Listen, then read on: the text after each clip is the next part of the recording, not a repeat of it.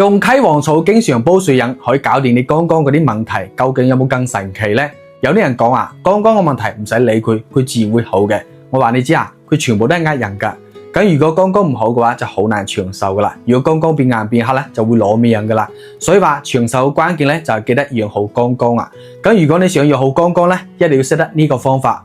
今日你睇到呢條視頻咧，你真係行大運噶啦。今日我分享呢個好嘢俾你啊！唔理你係5年、10年甚至20年嘅剛剛問題，你7日就見效噶啦。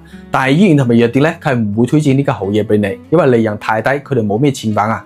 但係佢哋內部嘅人咧就會偷咁用起身啊。你每日飲一啲，你剛剛嘅問題咧就會一日好過一日噶啦。咁好多人都會經常認為剛剛容易出咗問題嘅原因咧係捱夜多或者飲酒多，更加有人話係食多咗肥膩嘢或者油膩嘢食得多啊。今日咧我同大家講下。剛剛呢個地方出咗問題咧，唔關飲酒事，唔關捱夜事，都係因為你平時冇注意拖出嚟嘅。咁如果你平時有以下呢啲情況咧，你就要重視起身，及時去調理啊。比如話，經常感覺中意放屁，肚入邊有氣，個嘴又乾又苦又臭，屙尿又黃又臭又起波，隻眼好乾，成日想去啜佢啊，而且睇嘢蒙查查。有時候瞓覺咧，半夜隻腳突然間抽筋嘅，有呢啲情況就要即刻上身，及時去調理。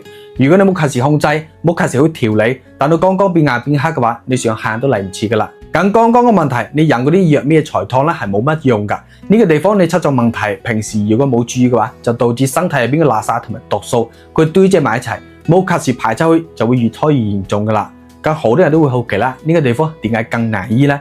其他問題我唔敢保證哈，但係剛剛嘅問題咧喺我呢度係個小問題嚟嘅，唔單止可以搞得掂，而且咧特別快見效嘅，7日就用7日時間。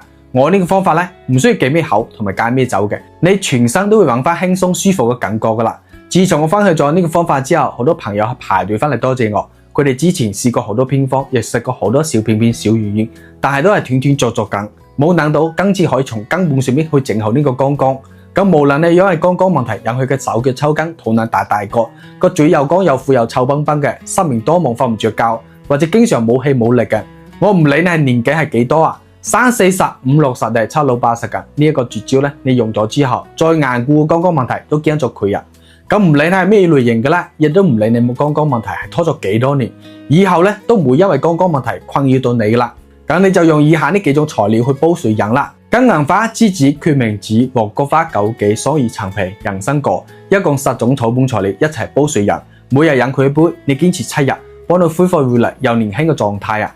咁如果你自己嫌麻煩，又唔想搭配，唔想自己去揾材料嘅話，可以點個視頻左下個小黃車嘅鏈接，佢入邊就有搭配好嘅呢個免治茶包噶啦。佢一下入邊有好多細胞嘅，真材實料係科學配備好嘅。你每次就用一包，用滾水沖5分鐘，你就有得飲噶啦。